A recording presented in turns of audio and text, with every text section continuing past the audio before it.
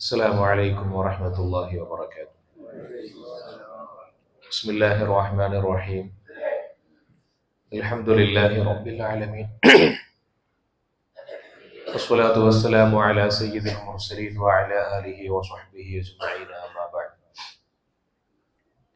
الله سبحانه وتعالى നമുക്കും നമ്മിൽ നിന്ന് മൺമറഞ്ഞ മുഴുവൻ ആളുകൾക്കും അവന്റെ മഗ്ഫിറത്തും റഹ്മത്തും നൽകി അനുഗ്രഹിക്കട്ടെ. നിരവധി ആളുകൾ ദുആ കൊണ്ട് വസിയ്യത്ത് ചെയ്തിട്ടുണ്ട്. എല്ലാവരുടെ ഹലാലായ മുറാദുകളെയും അല്ലാഹു പൂർത്തിയാക്കി കൊടുക്കട്ടെ. ജീവിക്കുന്ന കാലമത്രയും ഇസ്സത്തോടെ റബ്ബിന്റെ ത്വഅത്തിലായി ജീവിക്കാനും വഫാത്തിന്റെ നേരത്ത് കലിമ ചൊല്ലി ലോകത്തോട് വിട പറയാനും അല്ലാഹു നമുക്ക് എല്ലാവർക്കും തൗഫീഖ് നൽകട്ടെ. ആമീൻ യാ റബ്ബൽ ആലമീൻ. ബഹുമാനമുള്ള മുഅ്മിനീങ്ങളെ, പരിശുദ്ധമായ റജബിന്റെ മാസത്തിലൂടെയാണ് നമ്മളൊക്കെ കടന്നു പോകുന്നത്. ആദരവായ റസൂലുള്ളാഹി സ്വല്ലല്ലാഹു അലൈഹി വസല്ലമ തങ്ങളുടെ ജീവിതത്തിലെ വളരെ നിർണായകമായ ഇസ്റാഉം മിഅ്റാജും രാപ്രയാണവും ആകാശാരോഹണവും നടന്നത് ഈ പരിശുദ്ധമായ റജബ് മാസത്തിലാണ്. റജബിന്റെ 27-നാണ്. മിഅ്റാജ് നബി സല്ലല്ലാഹു അലൈഹി വസല്ലമ തങ്ങൾക്ക് അല്ലാഹു തആല ഒരു അനുഗ്രഹമായി കൊടുത്ത ഒരു യാത്രയായിരുന്നു. മക്ക കാലഘട്ടത്തിൽ അവിടുന്ന് ഏറ്റവും കൂടുതൽ പ്രയാസം അനുഭവിച്ച ഒരു കൊല്ലമാണ്. മാനസികമായി വലിയ വ്യഥകൾ ഉണ്ടായ ഒരു കൊല്ലമാണ്. അല്ലാഹു തആല അവന്റെ സവിശേഷമായ അനുഗ്രഹങ്ങളെ ദർശിക്കാൻ, അല്ലാഹുവിനോട് പ്രത്യേകമായ മുലാഖാത്ത് നടത്താൻ ആദരവായ റസൂലുള്ളാഹി സ്വല്ലല്ലാഹു അലൈഹി വസല്ലമ തങ്ങൾക്ക് അവസരം കൊടുത്തു. മിഅ്റാജ് നടന്ന രാത്രിയിൽ ആ വർഷത്തിൽ നബി സല്ലല്ലാഹു അലൈഹി വസല്ലമ തങ്ങൾക്ക് മക്കയിൽ ഏറ്റവും കൂടുതൽ കരുതലും താങ്ങും തണലുമായിട്ടുണ്ടായിരുന്ന ഖദീജ റളിയല്ലാഹു അൻഹയുടെ വഫാത്ത് ആ കൊല്ലമാണ് നടന്നത്. അതിന് ഏതാനും സമയങ്ങൾക്ക് ശേഷമാണ് അവിടുത്തേക്ക് ഏറ്റവും പ്രിയപ്പെട്ട ഖുറൈശികളുടെ എല്ലാ എതിർപ്പുകളും ഉണ്ടാകുമ്പോഴും ഖുറൈശികൾക്കിടയിൽ നേതാവായി നിന്നുകൊണ്ട് നബി സല്ലല്ലാഹു അലൈഹി വസല്ലമ തങ്ങൾക്ക് സംരക്ഷണം ഉറപ്പുവരുത്തിയ അബൂ ത്വാലിബ് എന്ന പ്രിയപ്പെട്ട പിതൃവ്യന്റെ വഫാത്ത് ഉണ്ടാകുന്നതും ആ കൊല്ലത്തിലാണ്. ഈ രണ്ട് വഫാത്തുകൾക്ക് ശേഷം വലിയ ഒറ്റപ്പെടൽ അവിടുന്ന് അനുഭവിച്ചു. നബി സല്ലല്ലാഹു അലൈഹി വസല്ലമ തങ്ങൾക്ക് പിന്നീടുള്ള കാലമാണ് ഖുറൈശികൾ ഏറ്റവും കൂടുതൽ ഭീകരമായ ആക്രമണങ്ങൾ അഴിച്ചുവിട്ടത്. പിന്നീടുള്ള കാലങ്ങളിലാണ് ത്വായിഫിലേക്ക് അവിടുന്ന് പ്രബോധനത്തിന് വേണ്ടി പോയപ്പോൾ ആ ത്വായിഫുകാരായ ആളുകൾ അവിടെ തടഞ്ഞു എന്ന് മാത്രമല്ല, നബി സല്ലല്ലാഹു അലൈഹി വസല്ലമ തങ്ങളുടെ ഉമ്മാന്റെ കുടുംബക്കാർ ത്വായിഫിലുണ്ടായിരുന്നു. അവരെ കാണാനാ പോയത്. പക്ഷെ ആ വഴിയിൽ വെച്ച് അവരെ തടഞ്ഞു എന്ന് മാത്രമല്ല, ആ പ്രദേശത്തെ വിവരദോഷികളായ ആളുകളെ കൊണ്ട് നബി സല്ലല്ലാഹു അലൈഹി വസല്ലമ തങ്ങളുടെ ശറഫാക്കപ്പെട്ട ശരീരത്തിലേക്ക് കല്ലെറിയിപ്പിക്കുകയും അവിടുത്തെ ശരീരം പൊട്ടി കാല് പൊട്ടി ചോരയൊലിക്കുകയും ഒക്കെ ചെയ്യുന്ന കാഴ്ചയുണ്ടായി. അങ്ങോട്ട് ദഅവത്തിന് എത്താൻ കഴിയാതെ മടങ്ങേണ്ട സ്ഥിതിയുണ്ടായി. ഇത് കണ്ട് സഹിക്കാതെയാണ് മലക്കിറങ്ങി വന്നുകൊണ്ട് നബി സല്ലല്ലാഹു അലൈഹി വസല്ലമ തങ്ങളോട് പറയുന്നത്, ജിബ്രീൽ അലൈഹിസ്സലാം നിങ്ങളൊന്ന് അനുവാദം നൽകിയാൽ ഈ ജനതയെ ഈ രണ്ട് പർവ്വതങ്ങൾക്കിടയിൽ വെച്ചുകൊണ്ട് നശിപ്പിക്കാം. ജിബ്രീൽ അലൈഹിസ്സലാത്തു വസ്സലാം വന്നുകൊണ്ട് അങ്ങനെ ഒരു ആവശ്യം പറയുമ്പോ അത് വിഷമത്തിന്റെ പുറത്താണ്. നബി സല്ലല്ലാഹു അലൈഹി വസല്ലമ തങ്ങൾ അനുഭവിച്ച ആ കഷ്ടപ്പാടിന് ഒരു പ്രതിവിധി എന്നോണമാണ് പറയുന്നത്. പക്ഷെ അവിടുത്തെ റഹ്മത്തിന്റെ കേദാരമായ റസൂലുള്ളാഹി സ്വല്ലല്ലാഹു അലൈഹി വസല്ലമ തങ്ങൾ പറഞ്ഞില്ല, അനുവാദം കൊടുത്തില്ല. അവരുടെ കൂട്ടത്തിൽ നിന്ന് ഈമാനുള്ള മനുഷ്യർ പിറവിയെടുക്കുമെന്ന ശുഭപ്രതീക്ഷയാണ് നബി സല്ലല്ലാഹു അലൈഹി വസല്ലമ തങ്ങൾക്കുണ്ടായി. ആ കൊല്ലത്തിലാണ് നബി സല്ലല്ലാഹു അലൈഹി വസല്ലമ തങ്ങൾക്ക് മനസ്സിന് സമാധാനം കൊടുക്കുന്ന, ശാന്തി കൊടുക്കുന്ന, സന്തോഷം കൊടുക്കുന്ന ഇസ്രാഇന്റെയും മിഅ്റാജിന്റെയും നിശാപ്രയാണവും രാപ്രയാണവും ആകാശാരോഹണവും ഉണ്ടായത്. ജിബ്രീൽ അലൈഹിസ്സലാത്തു വസ്സലാം രണ്ട് മലക്കുകളുമായിട്ട് ഇറങ്ങി വന്നു. ആ രണ്ട് മലക്കുകളുടെ സഹായത്തോടെ നബി സല്ലല്ലാഹു അലൈഹി വസല്ലമ തങ്ങളുടെ നെഞ്ചു പിളർത്തി അവിടുത്തെ ഹൃദയത്തിലേക്ക് അതിനെ ശുദ്ധീകരിക്കുന്നു. സംസം വെള്ളം കൊണ്ട് ശുദ്ധീകരിക്കുകയും ഈമാന് കൊണ്ടും ഹിക്മത്ത് കൊണ്ടും അവരുടെ ഉള്ളു നടക്കുകയും ചെയ്തു എന്ന് ചരിത്രത്തിൽ കാണാം. സഹീഹായ ഹദീസാണ്. എന്നിട്ടാണ് നബി സല്ലല്ലാഹു അലൈഹി വസല്ലമ തങ്ങളുടെ ബുറാഖി എന്ന വാഹനത്തിൽ കയറ്റി കൊണ്ടുപോകുന്നത്. ആ കൊണ്ടുപോകുന്ന ആ രാത്രിയുടെ യാത്രയിലൂടെ നീളം നബി സല്ലല്ലാഹു അലൈഹി വസല്ലമ തങ്ങൾ കണ്ടത് അത്ഭുതപ്പെടുത്തുന്ന അദൃശ്യമായ, ഒരിക്കലും ഒരു സാധാരണ മനുഷ്യന് കണ്ടെത്താൻ കഴിയാത്ത, അനുഭവിക്കാൻ കഴിയാത്ത യാഥാർത്ഥ്യങ്ങളാണ്. പ്രവാചകന്മാർക്ക് ബൈത്തുൽ മുഖദ്ദസിൽ വെച്ച് പ്രവാചകന്മാർക്ക് ഇമാമായിട്ട് അവിടെ നിസ്കരിക്കുന്നു. ഓരോ ആകാശങ്ങളും കയറിപ്പോകുമ്പോൾ അവിടെ ഓരോ പ്രവാചകന്മാരെയും കാണുന്നു, സലാം പറയുന്നു, തഹിയ്യത്ത് കൊടുക്കുന്നു. അവസാനം നബി സല്ലല്ലാഹു അലൈഹി വസല്ലമ തങ്ങൾക്ക് പടച്ച റബ്ബുമായിട്ടുള്ള അനുഭവവേദ്യമാകുന്ന ഒരു അനുഗ്രഹത്തിന്റെ മുലാഖാത്ത് സാധ്യമാകുന്നു. ആ കൂടിക്കാഴ്ചയുടെ മുനാജാത്തിന്റെ പ്രതിഫലമായിട്ട് നിസ്കാരം ഉമ്മത്തിന് സമ്മാനമായി നൽകപ്പെടുന്നു. നബി സല്ലല്ലാഹു അലൈഹി വസല്ലമ തങ്ങൾക്ക് പിന്നീട് ദഅവത്തിന്റെ വിഷയത്തിലുണ്ടായ എല്ലാ കരുത്തും ആത്മവിശ്വാസവും ഇതായിരുന്നു.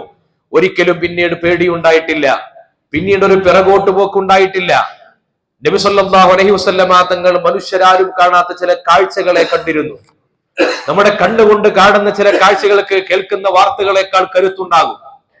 നമ്മൾ അനുഭവിക്കുന്ന ചില കാര്യങ്ങൾക്ക് നമ്മളുടെ ഉള്ളിലുള്ള എല്ലാ വ്യതകളെയും വ്യസനങ്ങളെയും മാറ്റുവാനുള്ള കരുത്തുണ്ടാകും. മനുഷ്യന്റെ കാഴ്ചകൾക്ക് അങ്ങനെ ഒരു തീവ്രതയുണ്ട്.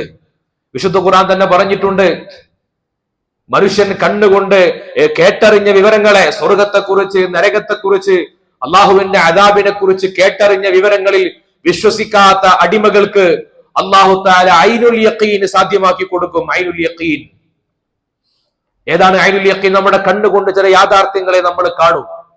നരകവും സ്വർഗവും നമ്മൾ കാണും. ബർസഖി ലോകത്തിന്റെ യാഥാർത്ഥ്യങ്ങളെ നമ്മുടെ കണ്ണുകൊണ്ട് നമ്മൾ കാണും. ഇവിടെ നമ്മൾ കേട്ടിരുന്ന കാര്യങ്ങളൊക്കെ ഹക്കായിരുന്നു, അത് യാഥാർത്ഥ്യമായിരുന്നു. സിറാത്ത് പാലം നമ്മൾ കാണും. കയ്യിലേക്ക് നൽകപ്പെടുന്ന ഏടുകൾ നമ്മൾ അനുഭവിക്കും. ആ ഏടുകളെ നമ്മൾ കാണും. നമ്മുടെ കഴുത്തറ്റം വരെ വിയർപ്പിൽ മുങ്ങിക്കുളിച്ചു നിൽക്കുന്ന ആ മഹ്ശറിന്റെ ആ അവസ്ഥയെ എല്ലാ മനുഷ്യരും നിഷേധികൾ വരെ കണ്ണുകൊണ്ട് കാണും, അനുഭവിക്കും. സൂര്യൻ അത്യുജ്വലത്തോടു കൂടി നിൽക്കുന്ന സൂര്യനെ അനുഭവിക്കേണ്ടി വരും. എല്ലാം കാണുന്ന ഒരു നേരമുണ്ട്, ഐനുൽ യഖീൻ. ആ കാഴ്ചയെ പിന്നെ മനുഷ്യനെ അതിനെ മറികടക്കാൻ കഴിയില്ല. അതൊരു യാഥാർത്ഥ്യമല്ലെന്ന് പറയാൻ കഴിയില്ല.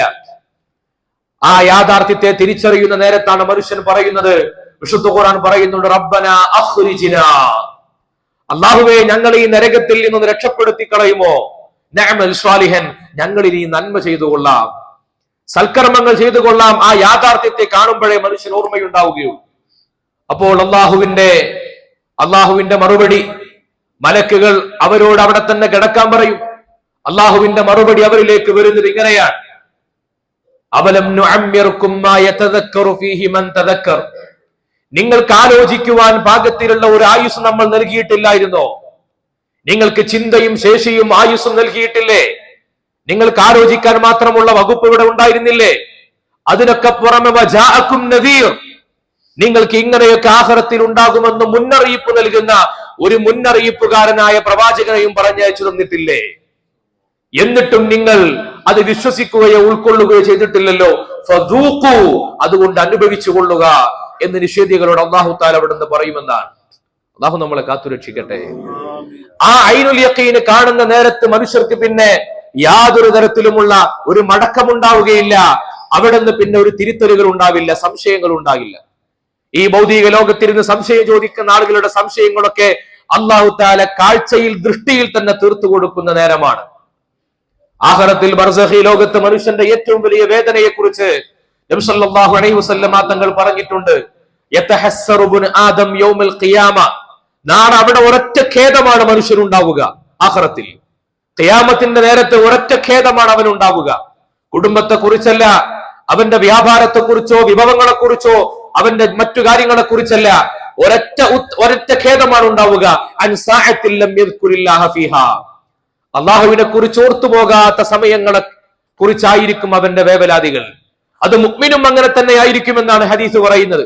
മുഅ്മിനായ മനുഷ്യൻ അള്ളാഹുവിന്റെ പക്കൽ സ്വീകാര്യയോഗ്യനായ സ്വാലിഹായ അടിമയാണെങ്കിൽ പോലും അവന്റെ ഖേദം, ഞാൻ അല്പസമയം റബ്ബിനെ ഓർക്കാതെ പോയിട്ടുണ്ട്, ആ സമയത്തു കൂടി ഞാൻ അള്ളാഹുവിനെ ഓർത്തിരുന്നുവെങ്കിൽ, ഇബാദത്ത് ചെയ്തിരുന്നുവെങ്കിൽ എനിക്ക് കുറച്ചുകൂടി റബ്ബിന്റെ നിഅമത്ത് അനുഭവിക്കാൻ കഴിയുമായിരുന്നല്ലോ എന്ന് മുഅ്മിനായ മനുഷ്യൻ പോലും ഖേദിക്കുമെന്ന് ഹബീബുനാ റസൂലുള്ളാഹി സ്വല്ലല്ലാഹു അലൈഹി വസല്ലം. അവസാന സമയത്ത് മരണത്തെ മുഖാമുഖം കാണുന്ന സമയം മുതൽ നമ്മുടെ ആവലാതി നഷ്ടപ്പെട്ടു പോയ സമയങ്ങളെ കുറിച്ചായിരിക്കും. എനിക്ക് ആയുസ്സൊന്ന് തരുമോ എന്നായിരിക്കും. റൂഹ് പിടിക്കുന്ന നേരത്തെ ഖുർആൻ പറയുന്നുണ്ടല്ലോ,